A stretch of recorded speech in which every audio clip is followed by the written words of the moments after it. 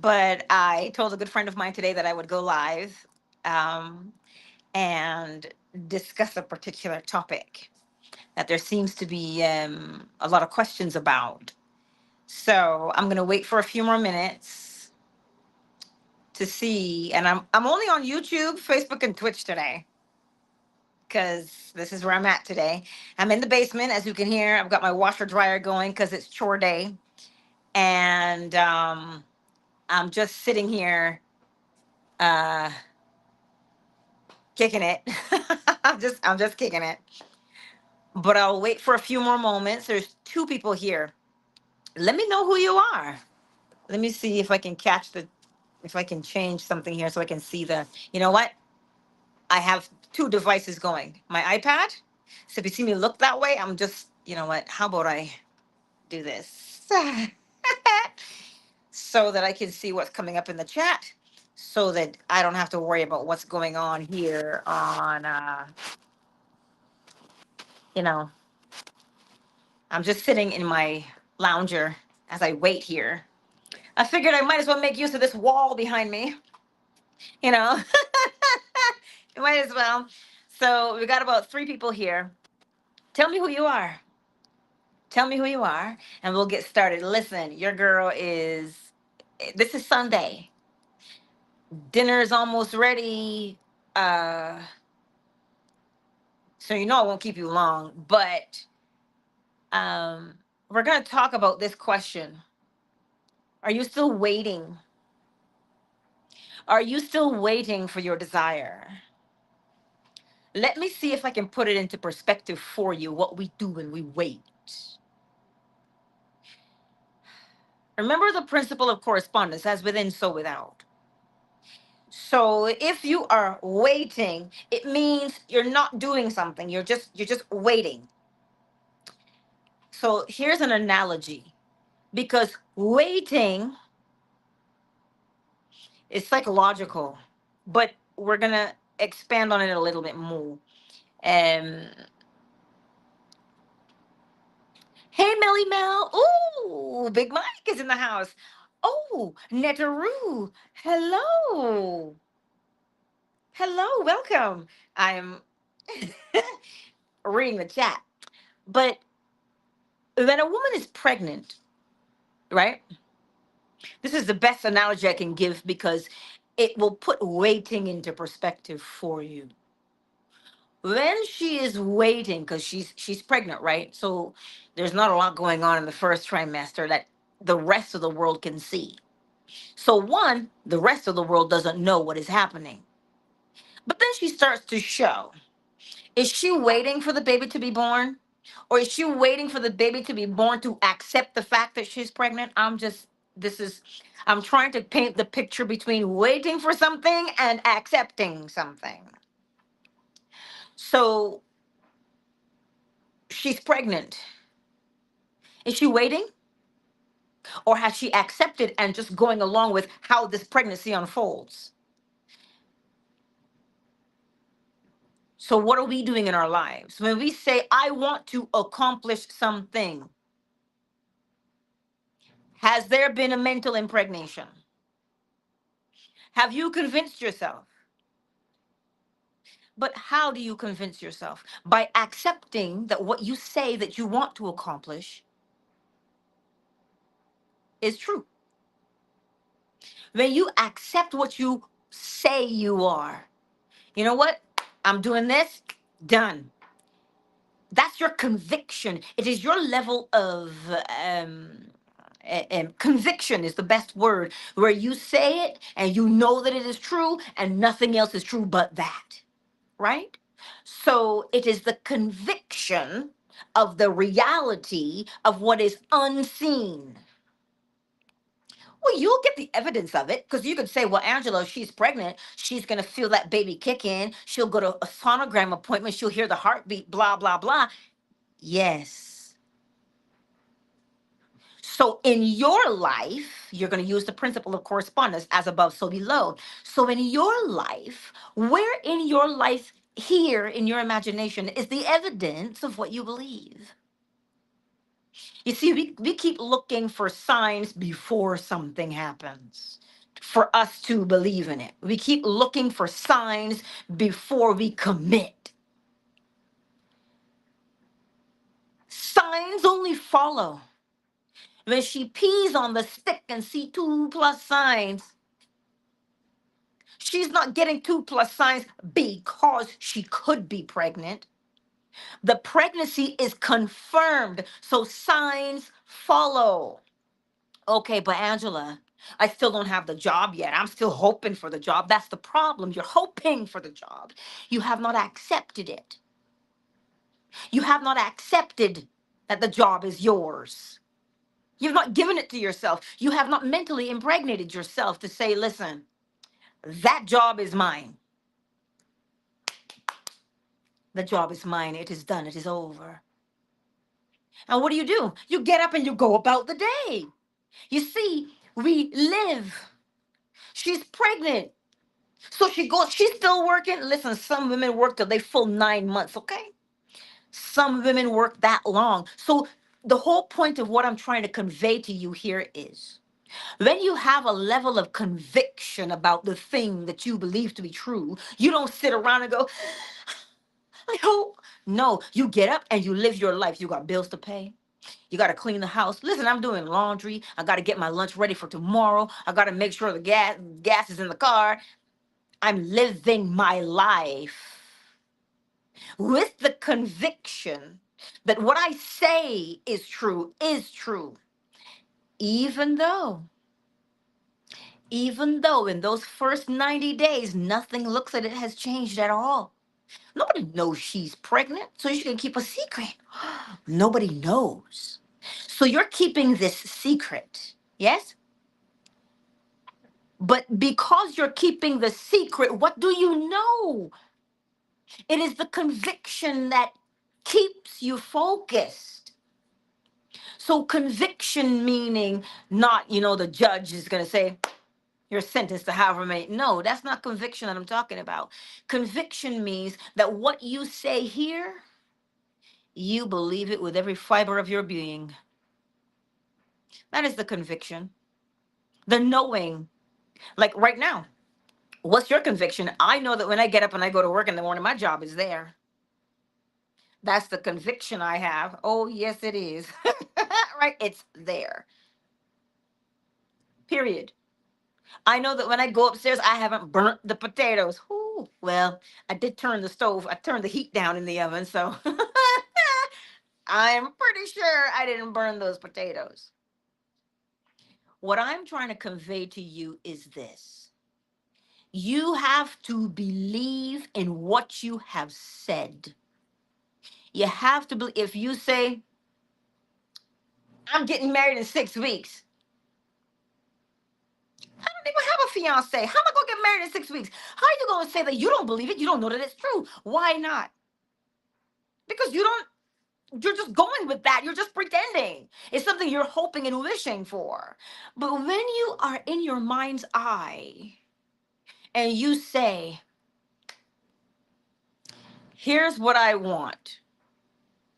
And I know that when I say I want something, the moment that I get it out of my mouth, I've already said it here. But the moment I say it out loud, I am convinced it is done.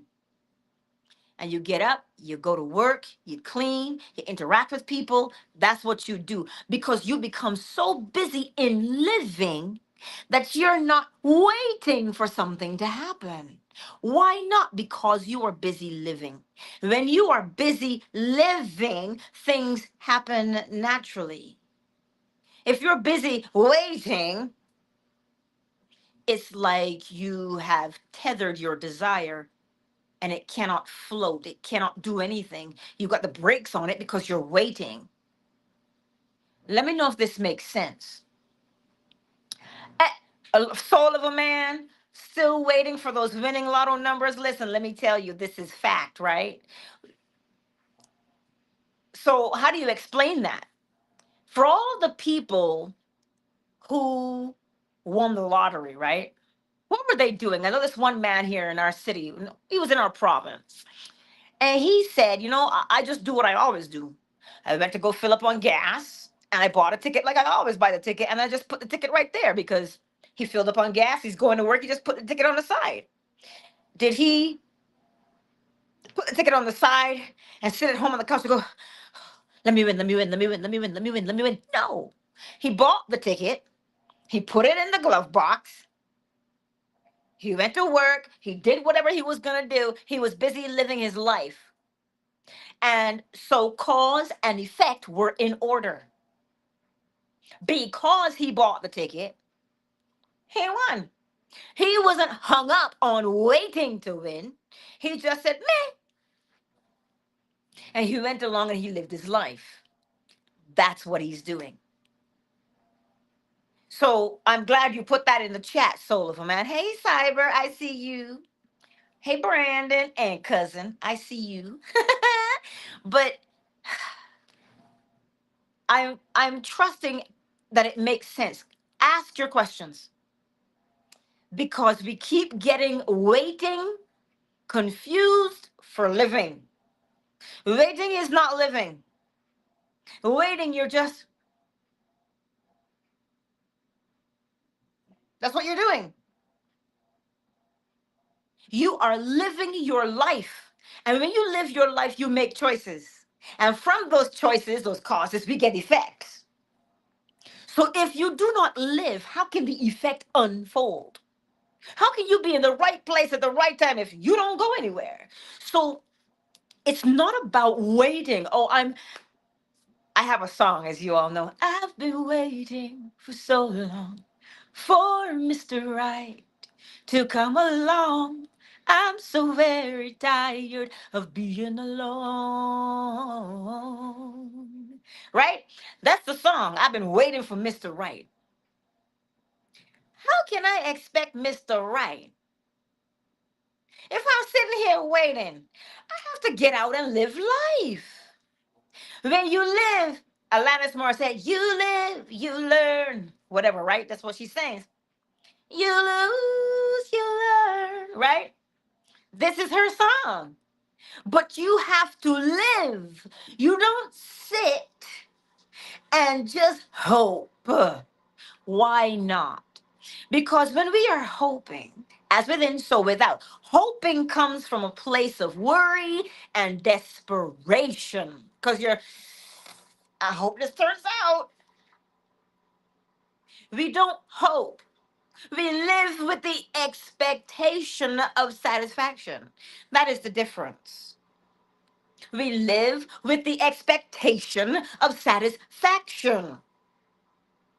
Th- So, what are you waiting for? Oh, but Angela, I don't know how it's going to turn out. Okay, if you don't know how it's going to turn out, here's your superpower. Let's put our tights and capes on.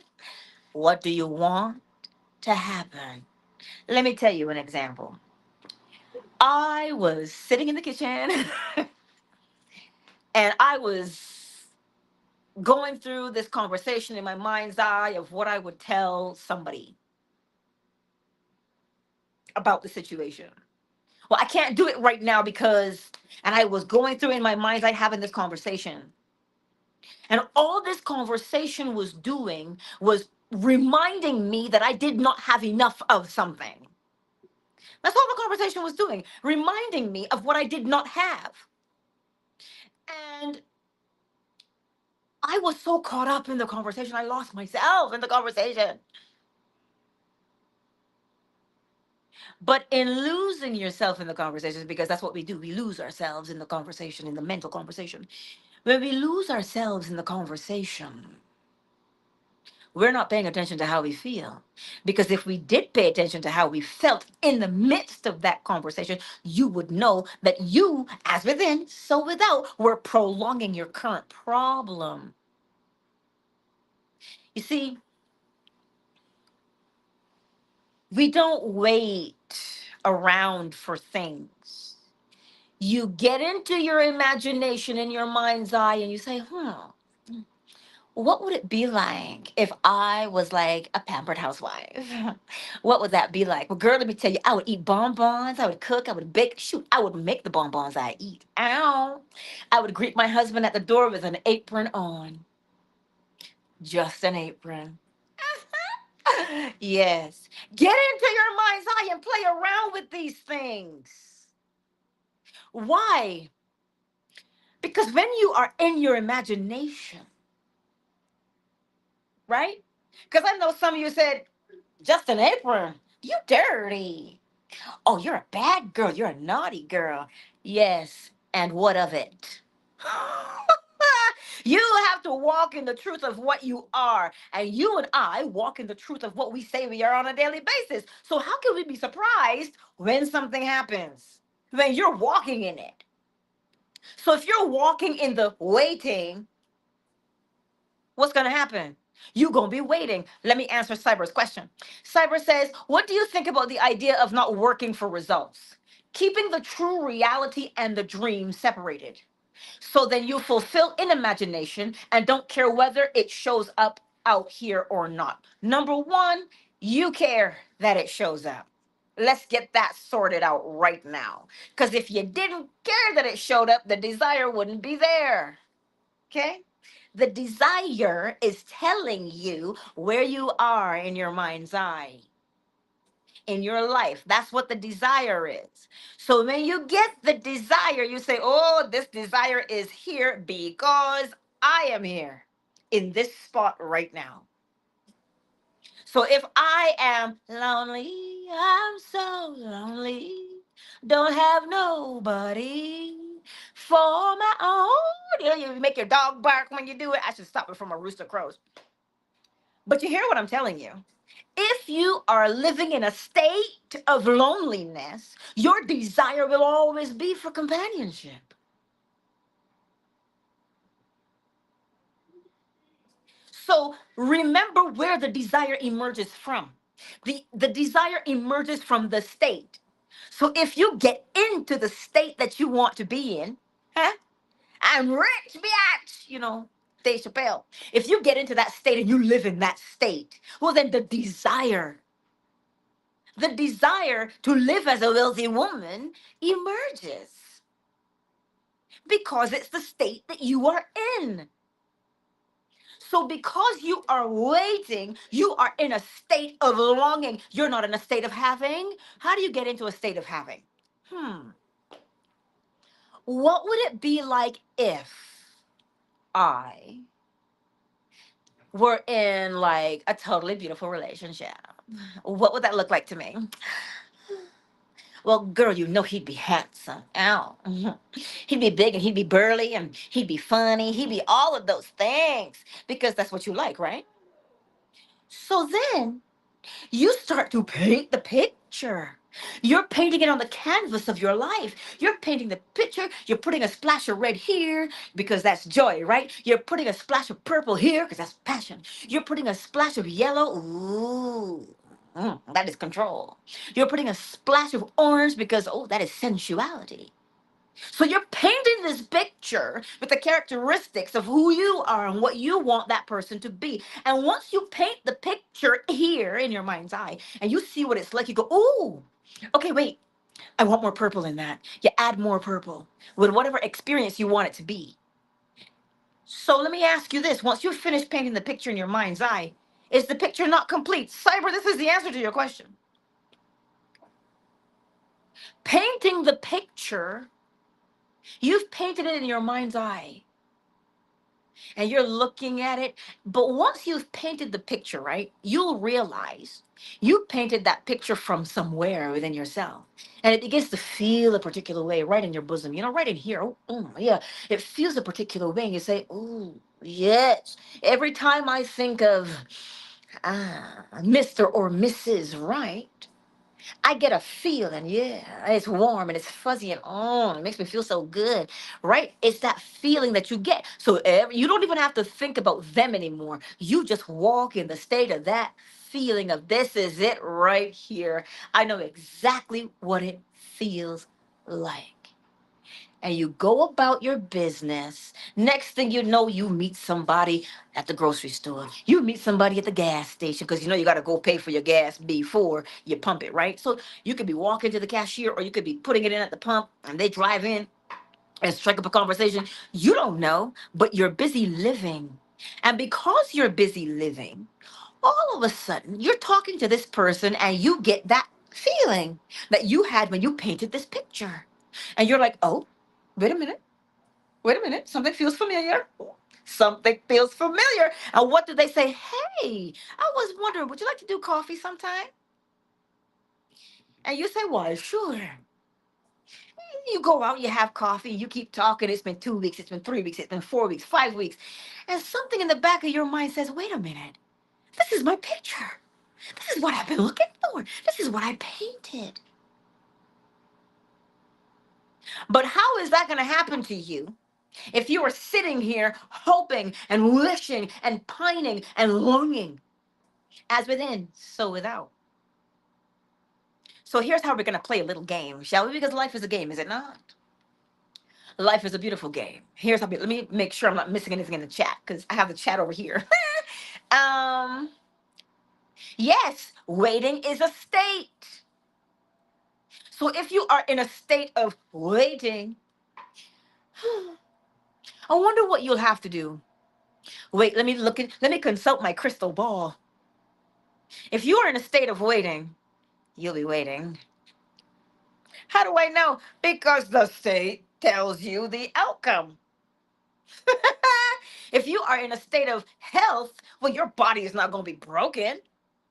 It'll be whole and it'll be healthy because that's the state that you are in. So, how are we going to stop waiting for our desire? Get into the state of the desire fulfilled. How do we get into the state of the desire fulfilled? Neville Goddard says, ask yourself a question. What would it be like if I were the man or the woman I wanted to be? That's the question. And then you get into your mind's eye and you begin to paint such a beautiful picture of what it is you would be. And as you're painting that picture, recognize where you're painting it from. Oh, the excitement, the thrill, this is exactly what I want. And as I say, so shall it be done, right? You call those things that are not as though they were, and they become. This is what we are doing. So if you are sitting at home on the couch and you are crying in your milk day after day and don't open the blinds, don't bathe, don't brush your teeth, how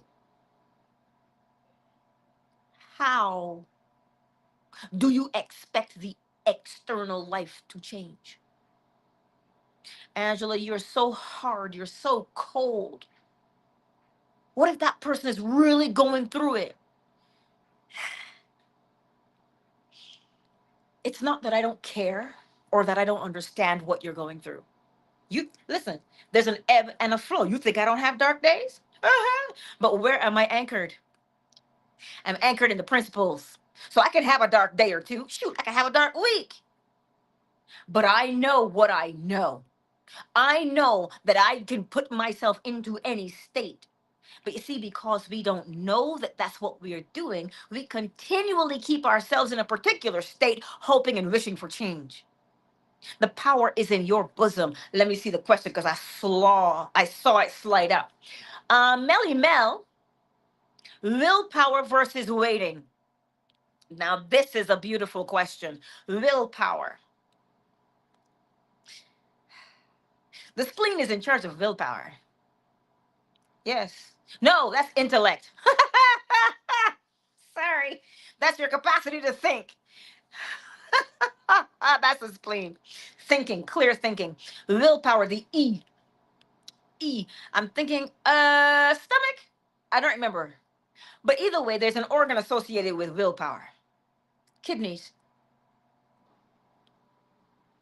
Kidneys?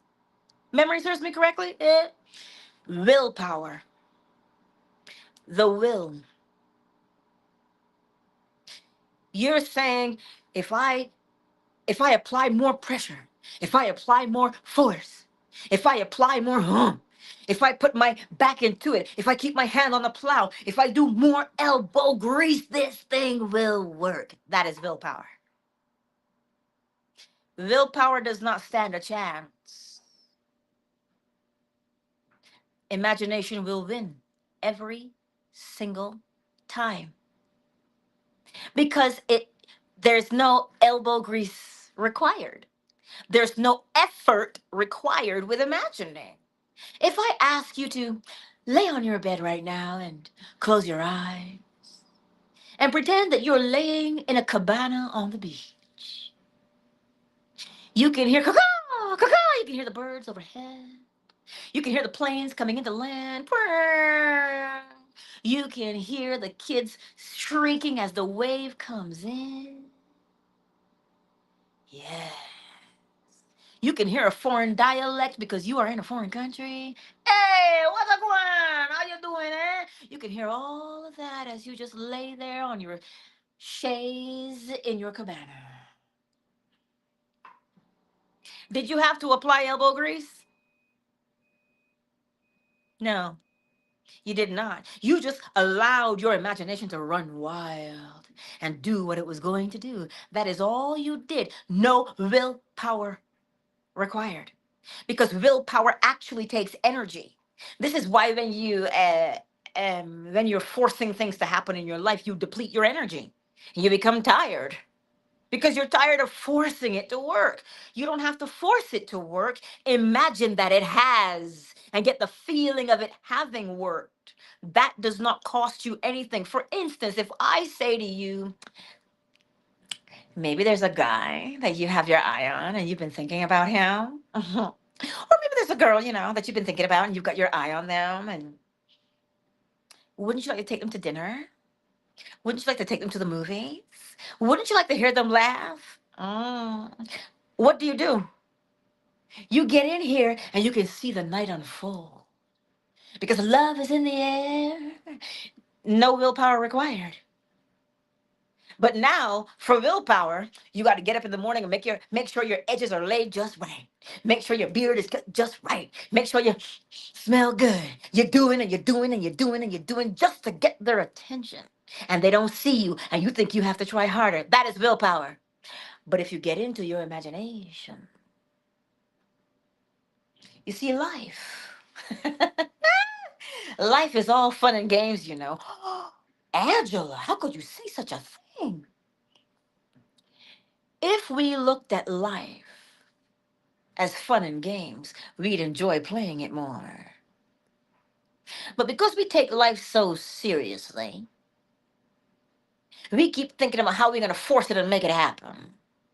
Then you just have to get in here. Get in here. But when you get in here, you think, oh, but I'm just playing around. Yeah, you playing around, but what do you feel? Don't get that part twisted. You're playing around in your imagination, but your body says, ooh, this feels nice. That's what tells you it is real. When the body responds, it is real. You ever get so mad at somebody and you didn't even think about it? You just imagine slapping them and you're like, oh, that feels good. But you didn't slap them. But it just in your imagination you did. But to your body, the release was real. This is what I'm trying to tell you. Melly Mel, does that make sense to you? For willpower? Um, Let me read what you're saying here, Cyber. I know Neville would slam the phone down in people's faces if they said something that contradicted what he saw in imagination. And of course, Abdullah slamming the door in his face. But yes, that's the point. That's the point. We don't take imagination seriously. We do not take imagination seriously. But what about is it John is what the heck is his name? Washington Carver. That's his name. He used to be a slave. And so he was given the peanut and told, what can you do with this? Well, we use peanut oil for frying.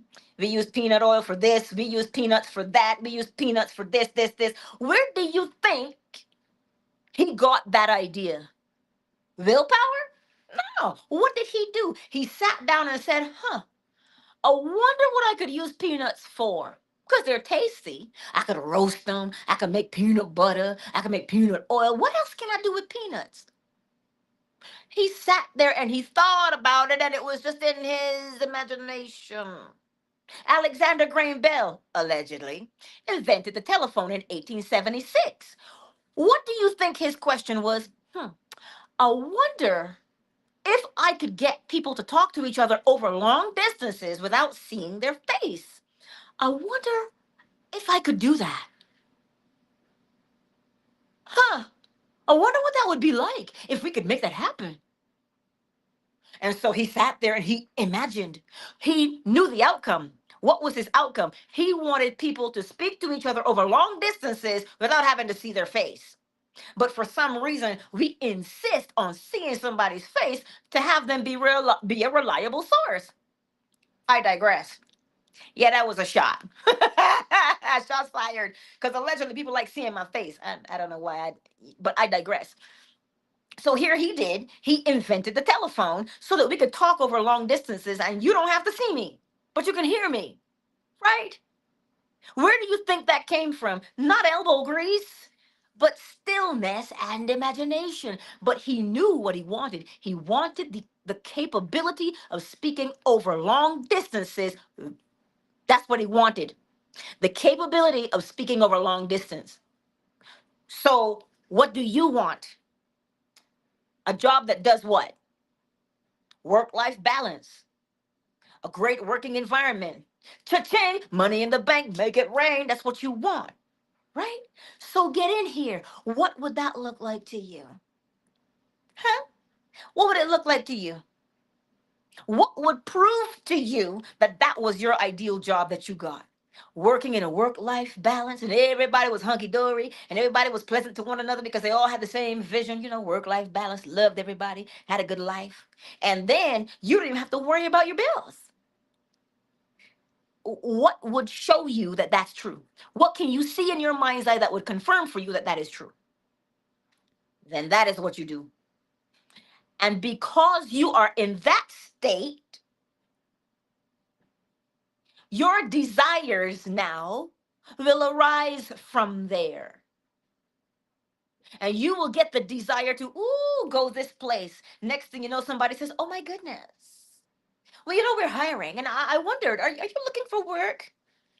Or some friend calls you and says, girl, let me tell you, there's an opening at my job. I can put in a good word for you. We can do a referral. And if you stay for 6 months, I'm going to get $500 and you will get $500. Coincidence? No. Imagination. Stop taking your imagination for granted because you are using it every day. Every time you say things like, if I had the opportunity to say something to this person, oh my God, I would totally say whatever that is. You see, you think your imagination is child's play. You think child's play? You think your imagination is just, playing around. Oh, that's the point. We're supposed to play in the imagination. Oh, we're supposed to play in the imagination, my beautiful friends. Let me see. I'm glad it makes sense, Melly Mel. So here's the process. Oh, Miss Ruby. Hey, I see you, Miss Ruby. Netaru. Yeah, I see you. So here's the thing. Stop waiting for your life to change and show it how you want it to change by being in here. Stop waiting for your life to change and see the change here. And when you see the change here, oh dear, it's gonna make you feel a little, it's gonna make you feel good, is it not? Run with that. So stop waiting. You are the blueprint. Your life is ever going to take the shape of who you say you are. Right? What's that song? I'm a bitch, I'm a lover, I'm a whatever she sings, right? She's proclaiming that over her life, so thus she has to be it. And she sings it with conviction. She sings it because it is true. She sings it because it is true. Let me tell you, when that girl sings My Booty Hole Brown, she's singing it because it's true.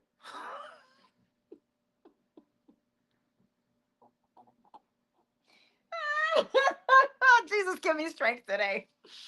Listen, out of the abundance of the heart, the mouth speaks. It's not going to do anything else. So if you catch yourself, here's how you catch yourself waiting.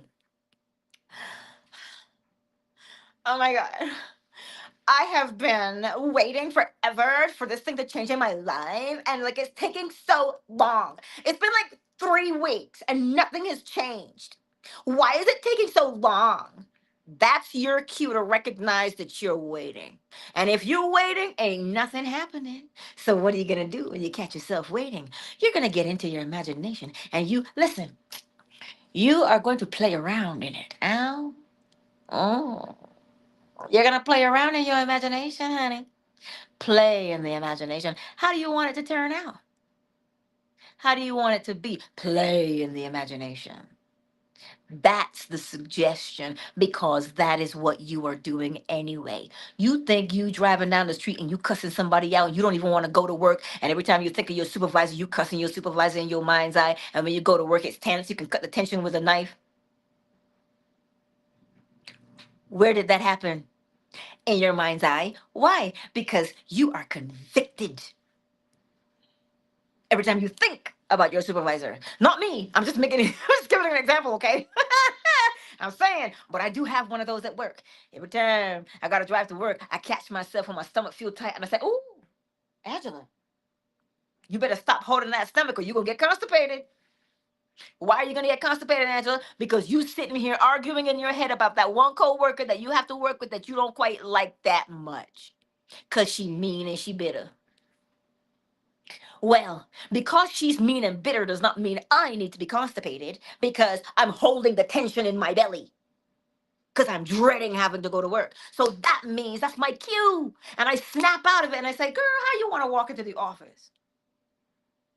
And I walk into the office and there's a remix of Shaka Khan. Ain't nobody love me better. Look it up, Austin. Oh, I put that song on and I bounce as I'm driving because ain't nobody should see me riding in the car. Love me better. That's what I'm doing. Why? Because I catch myself when I'm doing unsavory foolishness. I catch myself when I'm trying to put a stick in my spokes. That is what you do. You've got to be able to catch yourself when you are doing that thing that you shouldn't be doing. You waiting? Catch yourself when you're waiting. And what do? Redirect yourself to imagine why.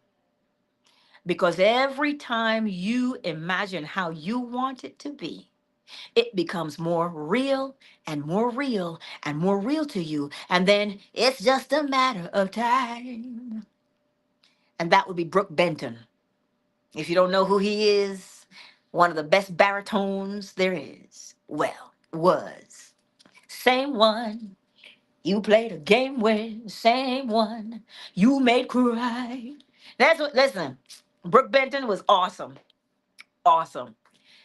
Um, so begin to catch yourself as you are speaking because the words that come out of your mouth are telling you what you have inside. And so when you catch it there inside, correct it. How do you correct it? By going to the imagination to tell it what you want it to be. Tell it like it is. That's what you do. Get in there and tell it the way you want it to be instead of allowing yourself to go with this thing, right? Cyber, cyber. You're never gonna hear that song the same way again. Oh my gosh. Listen, I'm glad I could help you out. Hey, K Frame. Listen, I just be encouraged. Let me give you the process. It all starts with imagination. Imagination is not child's play, it is everybody's play. That is what imagination is. We all play. Why do you think scripture tells you become like a child? Oh, because it wants you to be ignorant and not know nothing? No, it wants you to play and have a good time here. That's why it tells you to become like a child, to be carefree when you imagine and know that what you imagine is real. That is how one becomes like a child. Again, Nicodemus, be born again. To be born again, you're just changing your here, mental. You're just changing it. So, step one, recognize that everything emerges here. And it emerges here in your imagination because of the mood that you are in. So, what mood are you in? You don't know what mood you're in? What are you saying? How are you feeling? That'll tell you the mood. And when you catch the mood that you are in and you recognize the words that are coming out of your mouth, well, now you can say, ooh, step three is to correct. Where do I want to be in imagination? Why? Experience in imagination what you would experience in reality if you were the man or the woman you wanted to be.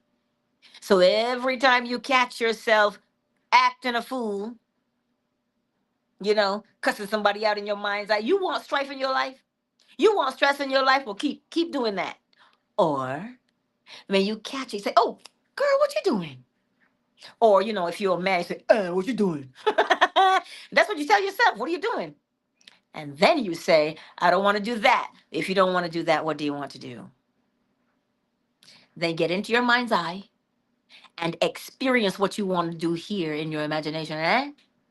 Experience in imagination what you would experience in reality if you were the man or the woman you wanted to be. Now, are there any more questions? I think I explained the difference between waiting and living, and how to move past waiting, because waiting is a state and we only ever move from state to state. But I know when I say state, it's not, this is how Neville describes it.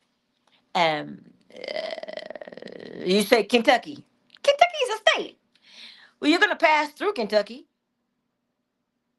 But does that mean Kentucky's not there for somebody else to pass through? You and I are always passing through states. That's why you can always go back to Kentucky if you want to. It's just a state you're passing through. So if you're going to pass through New York, how is New York? They have New York has its own mental attitude that I swear. They have their own mental attitude. So you see, New York is still sitting there for anybody else to go through. Just pass on through. You can go to Boston. You you can go to New England, New Hampshire, I think. You can go to Missouri. They're all states that you pass through. Happy, sad, ecstatic, glad. You can pass through states. They're just things to pass through. But because you passed through it once doesn't mean you will never pass through it again. The question is, what state do you want to be in? So select your state. But what's a state? An attitude. Well, how do you know a state is an attitude? If I say New York, you know somebody from New York has a an attitude. You know that go-get-it attitude. New York, concrete jungles where dreams are made of, right? There's nothing you can't do. That's the whole attitude of New York. So when I tell you it's a state, that is what I'm trying to tell you. A state is a mental attitude that you can put yourself in. And the way to put yourself in a state or mental attitude right here and feel it. You just have to pretend that you're from New York and you will start to walk down the road with a different kind of pep in your step and a chip on your shoulder. I'm walking here. I digress. See? Eh? Eh? So now do you understand state is a mental attitude? It's a mood. Yeah, it's a whole mood, right? That's what I'm trying to tell you. And we go through moods and states every single moment of the day. So pick one that feels best to you because you'll know that when you feel it in your body, you know that it is real. This is why the scripture can tell you if a man looks upon a woman lustfully, he has already committed the act. Yes. Do you know why? Because the moment you feel it, it is real. You can restrain it, but the moment you feel it, it is real. That's all that scripture means. That is all that scripture means. It means once you've felt it, it is now real. So keep feeling it and keep feeling it, because why? It means you're in that state. And what happens to the state? It will unfold in your world. Ow. Um Oh, Angel Spills. It's good to see you, sweetness. What? Listen. I try my best to give you all of these analogies so that when you catch yourself in your state, you can change right away, because now you know what it is. You see, you can restrain the impulse to do something, right? You can restrain the impulse, but because the body has felt it and registered it, every single chemical thing that's supposed to fire will fire in your body. Thus, your body says it is real. So this is what Neville Goddard means when he says takes on the tones of reality. You feel it real. Because you have to feel it, because that's how your body tells you, oh, we doing this because it's real. That's why. So when you hear if a man looks upon a woman lustfully, he has already committed the act. It just means, oh, he felt a stirring in his loins. His body responded to what stirred up in his mind. So because the body responded, he has already done it. Not because we're supposed to judge somebody, but that story is telling you, that parable is telling you that what you feel to be real is. Anywho. It's not that we're not listening to Habakkuk anymore. We're listening to Habakkuk 2, verse 3 with more understanding. What does Habakkuk 2, verse 3 say? It says, every vision has its appointed hour. If it is long, then wait. It will blossom. It will flower. Just wait. That's my paraphrase. It's telling you it will flower because it has to flower. It's not telling you that you're waiting because you have to wait. It's telling you it is alive. And you will always have to see the evidence of it. This is why it tells you it will blossom. It will flower because it is alive. So if it is going to blossom and flower, then is your desire dead? No. So do you have to wait and nurse it? No, because it is alive. It will blossom and it will flower because that is the evidence of life, is it not? So Habakkuk 2 verse 3 is just telling us how, with a clearer understanding. Yes, Cyber? Listen, look, don't let me keep y'all, because if I burn them potatoes, that child's gonna be telling me, Ma. Because you know how these children are, right? But I trust that it makes more sense. When you are quote unquote waiting, you are living. You cannot stop living and watch the clock. Because the more you, what do we hear? A watched pot never boils. Now, is it true that the watched pot never boils? Now, I've experimented with this because I wanted to see. A watched pot never boils just simply means if you stand up there looking at it, it's going to take a lot longer because you're in a hurry. So turn on the stove, put the pot full of water on, and go do what you're doing. And in due time, it'll whistle for you. That's my imitation of a kettle. Because I can't whistle. So that's what it will do. So a watched pot never boils? That's not true. It will boil so long as you keep it on the heat. But because you are anxious and in a hurry, it seems to take longer. That is why you do not wait. You turn it on because it is inevitable that it boils. You just need to make sure you don't let it boil out. Anywho, I trust that that makes a little bit more sense for us today as to, are we waiting around? Are we waiting around? Or are we living life?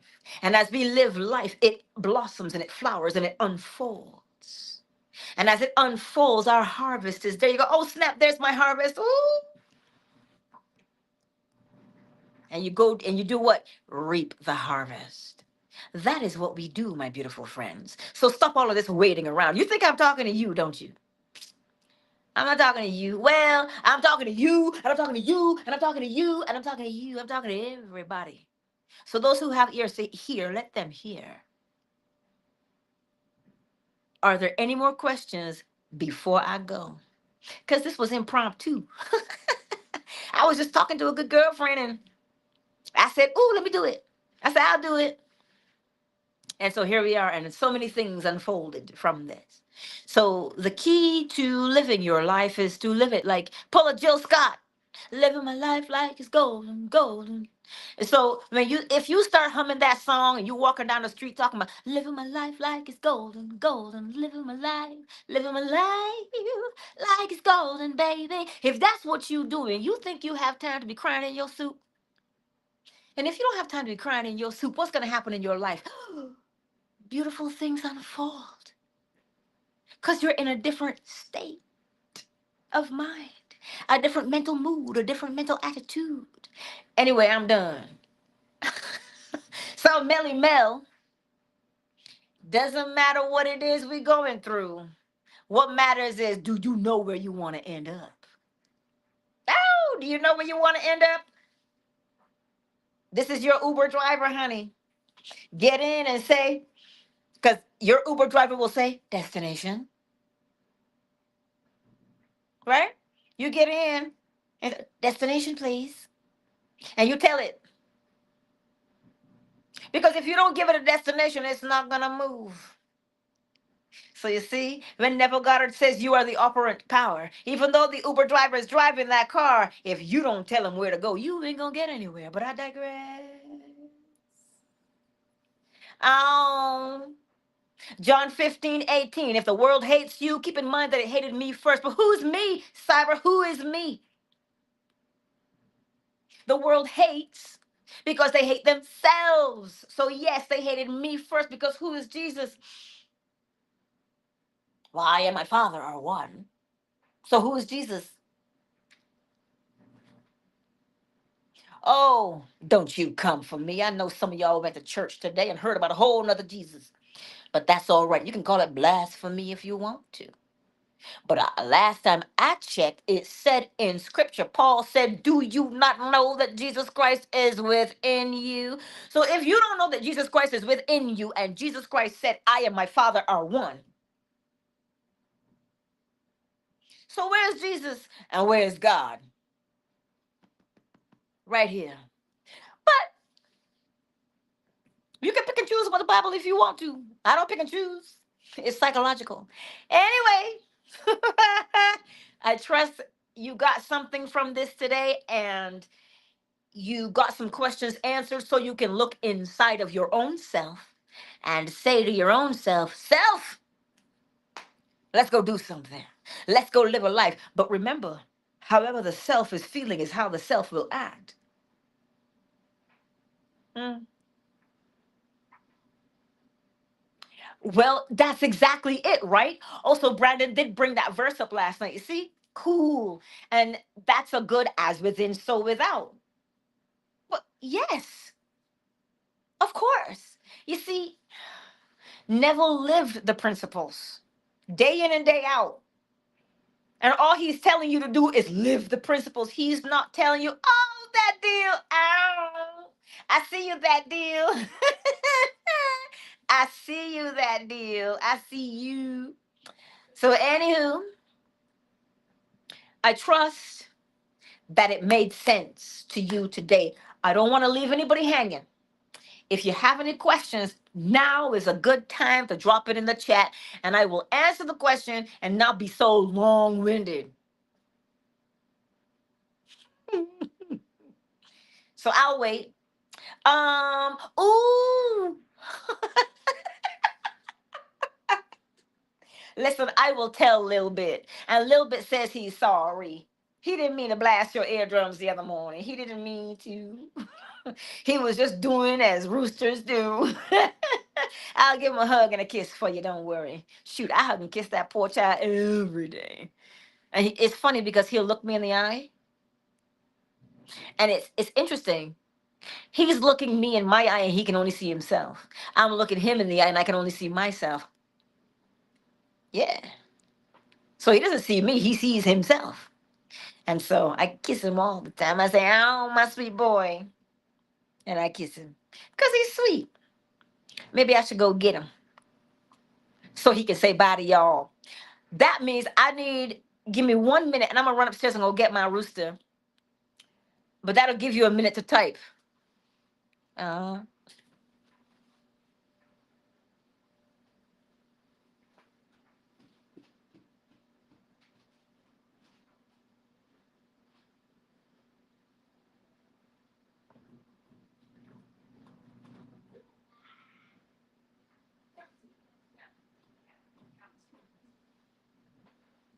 I know.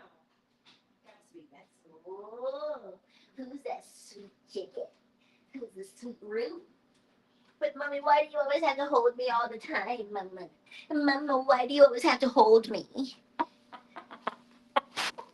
Oh, who's here?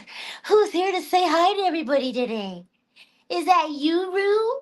Is that you, handsome? That sure is you. Oh, Titi. Huh?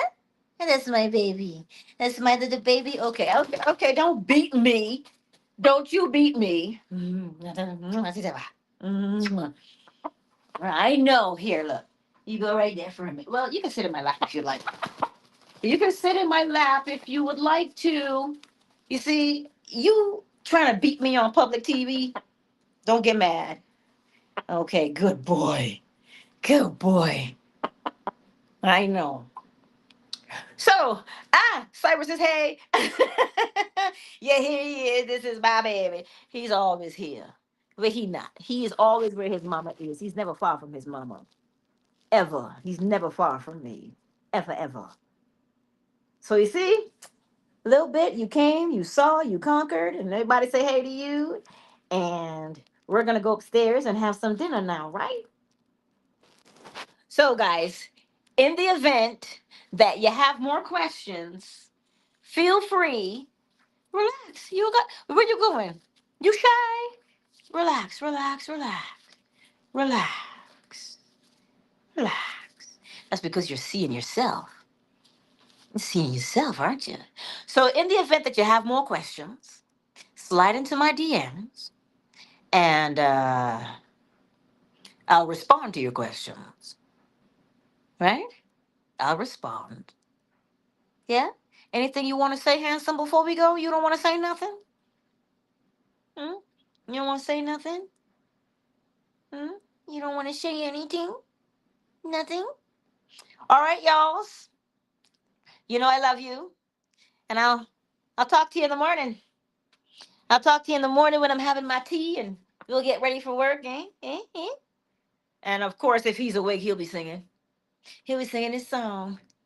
Right, handsome? Right? All right, y'all. I love you. And I'll see you on the morrow. Much love. Okay, much, much, much love. Mwah, to everybody. Peace. Oh, you want to sing you You can say your byes now.